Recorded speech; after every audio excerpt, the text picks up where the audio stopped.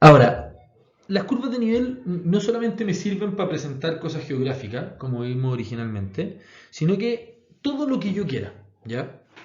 La altura, como vimos en las cosas geográficas, puede ser una cosa que yo estoy representando en el eje Z, pero en verdad las curvas de nivel pueden unir puntos de una función donde la función está representando cualquier cosa. Por ejemplo, en este gráfico, las curvas de nivel, que son estas que están acá, esta acá por ejemplo, creo que me está uniendo.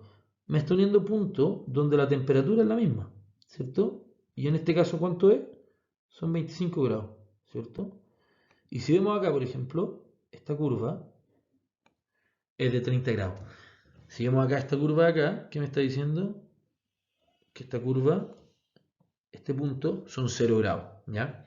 Ahora, en ese eje Z yo puedo presentar temperatura, tiempo, presión, cualquier cosa. Y las curvas que unen esos puntos se pueden llamar, se llaman siempre iso por igual, y luego el nombre generalmente en latín de lo que están representando. Entonces, iso sería misma temperatura. Estas curvas que vimos acá son las isotermas. Isocronas, crono es tiempo, entonces son las curvas que representan el mismo tiempo. Isobaras son las curvas de la misma presión. Y así, yo puedo buscar en internet, googleen, por ejemplo, curvas de isocrona. Son muy interesantes. Yo, cuando quiero presentar cuánto me demoro de un punto a distintas partes de la ciudad, las isocronas son las que me permiten eso. Entonces, si yo tengo, por ejemplo, una autopista muy rápida, hacia un punto la curva va a ser de manera distinta que hacia un punto que no tengo una carretera. Entonces, reforzando la idea anterior, nosotros en este caso tenemos combinaciones de x, y, ¿cierto? Que puede ser, por ejemplo, la longitud y la latitud, ¿cierto?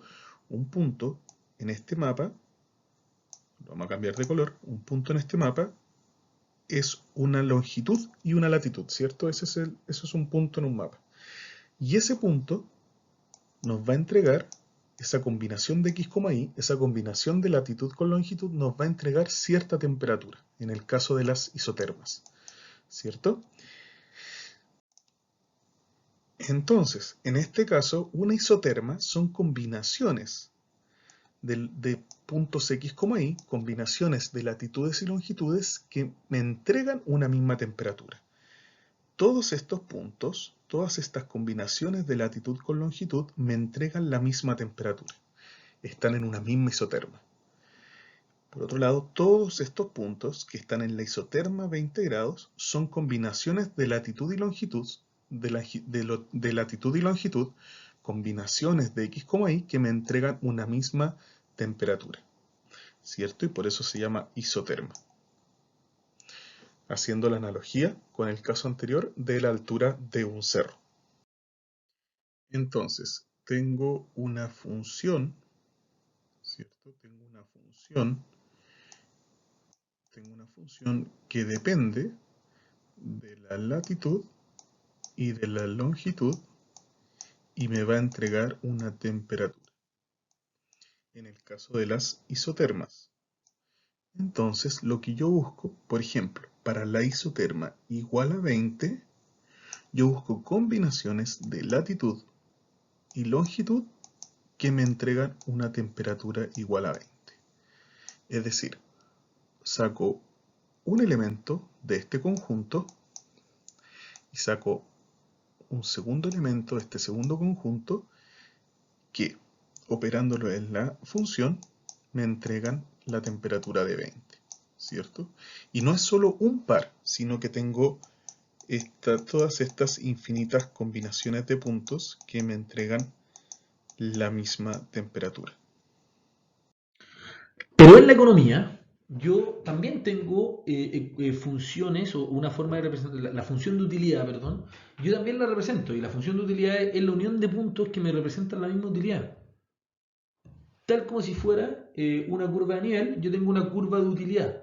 Y yo puedo tener varias curvas de utilidad, como tengo acá, la A, la B y la C, y estamos hablando de lo mismo que estábamos hablando originalmente. Entonces, todo lo que ustedes seguro que vieron en Introducción a la Economía. ¿Y por qué? Porque la utilidad en general es una función multivariable. Yo no tengo la utilidad, o en economía siempre se ve como una función multivariable, como lo dijimos originalmente, ¿ya?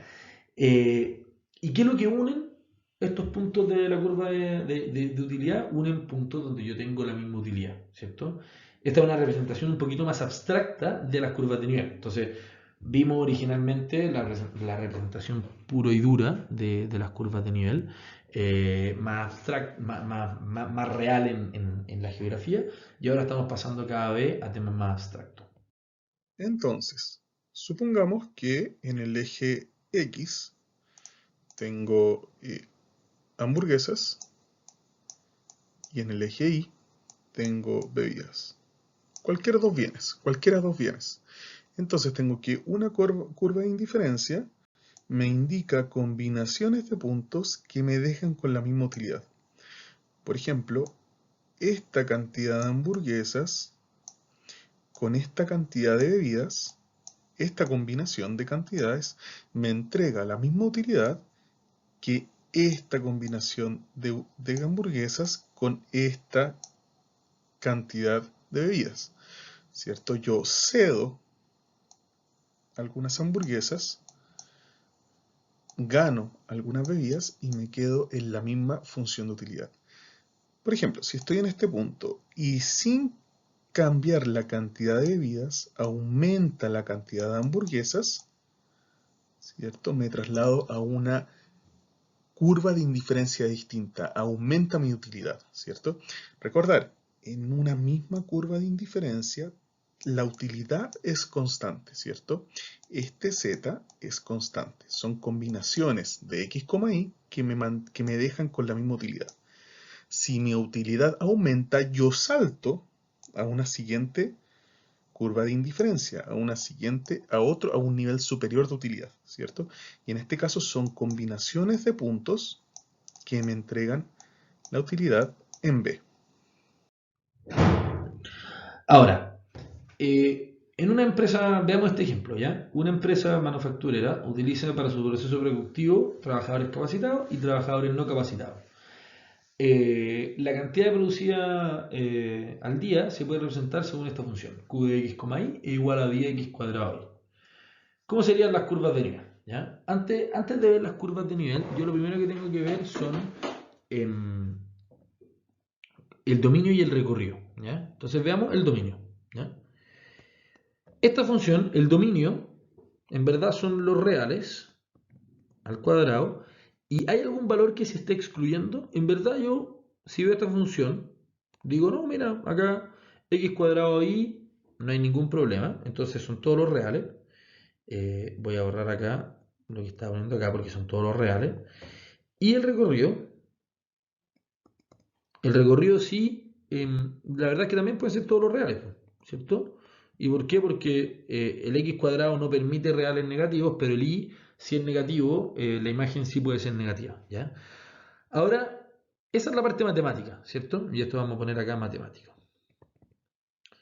Ahora, ¿qué pasa con el dominio y el recorrido cuando vemos la realidad? Esta es una función de producción, ¿cierto? ¿Y qué dijimos que x? X es la cantidad de trabajadores capacitados. ¿Y qué es lo que es y?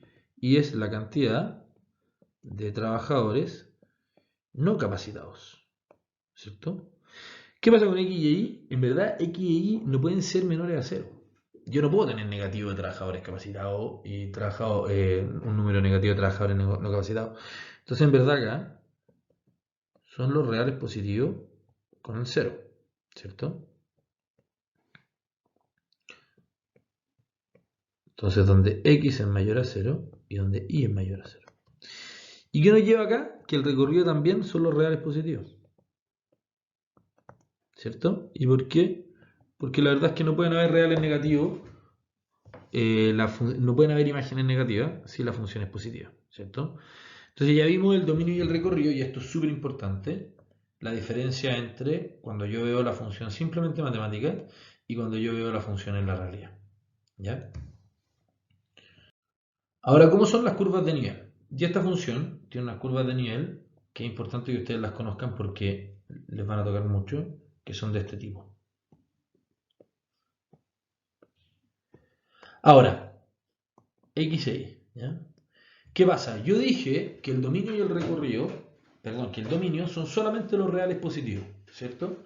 ¿Y por qué? Porque en verdad está una función de producción. Si yo dijera f de x, y es igual a 10x cuadrado y no le esté dando una interpretación a x, y, entonces yo me tengo que preocupar de ver cómo son las curvas de nivel en el dominio y el recorrido de esa función. ¿Y qué dijimos? Que esta función matemáticamente, ¿cómo tiene el dominio y el recorrido? El dominio del recorrido es en todos los reales, entonces al final las curvas de nivel en este caso no solamente las tengo que graficar en el primer cuadrante, sino que las tengo que graficar en todos los cuadrantes. ¿Ya? Esto es importante que ustedes lo sepan porque las curvas de nivel dependen del dominio que yo le esté dando a las funciones. ¿Ya? Bueno, hasta acá llega la clase de hoy. Y en la clase de hoy solamente vimos curvas de nivel. Y es importante que Es importante que entiendan las curvas de nivel como una forma de representar funciones de varias variables. En el caso de una función de dos variables, ¿cierto? Nos permite representarla en un plano, ¿cierto? En vez de tener que hacer una figura tridimensional, las curvas de nivel nos permite representarla en el plano, x, y. Estúdienlo, les voy a subir una guía y cualquier duda me pueden escribir.